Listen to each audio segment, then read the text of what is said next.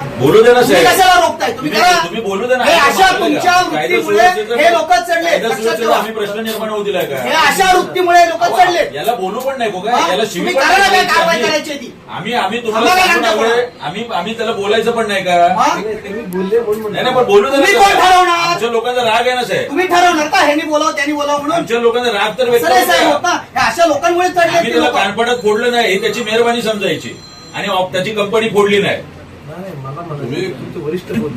नाही बोलू दे ना. हे तुम्ही नाही ठरवायचं लोकांचा राग येऊ द्या. मला तो राग तर व्यक्त झाला पाहिजे त्यांच्यावर साहेब. ह्याची डेअरिंग कशी होते?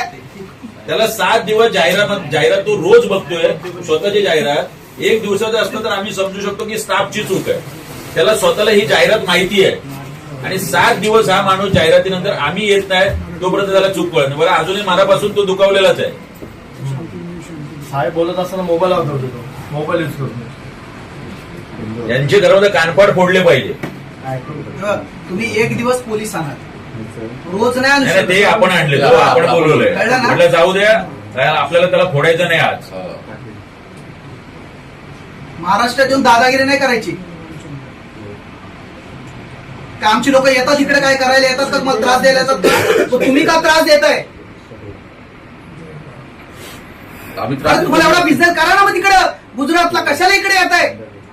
गुजरातीत पाहिजे मग गुजरातला जा. बरं गुजराती ठेवा मारवाडी तिथं कोणाला पाहिजे त्याला ठेवा. इथे येऊन तुम्ही बरं घेताना तुमचा अधिकार आहे की नाही कोणाला घ्यायचं? आम्ही काय त्यात इंटरफेअर करतो का? तुम्ही कुठल्या माणसाला घेतलंय आम्ही कधी विचारतो का येऊन? तुम्ही जाहिरात कशी करू शकता? तुम्ही उकसवताय याचा अर्थ तुम्ही उकसवताय. आम्ही उकसत नाही. तुम्ही उकसवताय आम्हाला मराठी माणसाला की मराठी सोडून कोणी चालेल.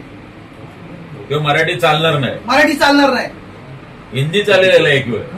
गुजराती चालते. ब्रिटिश पण चालेल त्याला. इंग्रजी पण चालेल म्हणते. मराठीचा काय त्रास काय होतो प्रॉब्लेम तुम्हाला मराठीचा? काही तर मराठी कोण आहे का रे तुमच्याकडे स्टाफ? मराठी आहे ना? मराठी आहेत ना? मग तरी आता काय प्रॉब्लेम झाला? तशी आणि त्या मराठी माणसाला कधी त्रास होत नाही? ताईला जाहिरात दाखव. जाहिरात नाही कळली. मॅडम गुजराती पाहिजे. गुजराती हिंदी आणि ताईने जाहिरात नाही बघितली. दाखव तिला ताईला. ताईने जाहिरातच बघितली नाही. चुकीची आहे ना. अजून जाहिरातच बघितलेलं नाहीये म्हणून त्यांना ते कळतच नाही. त्या बॉस लीज दिली 44 माणसांची. लँग्वेज वाचा ताई. तुम्हालाही माहित नाहीये की तुमच्या बॉसने जाहिरात दिली ताई आम्ही तुमच्यासाठी वाटतो. आणि जोरात वाचा ताई. आता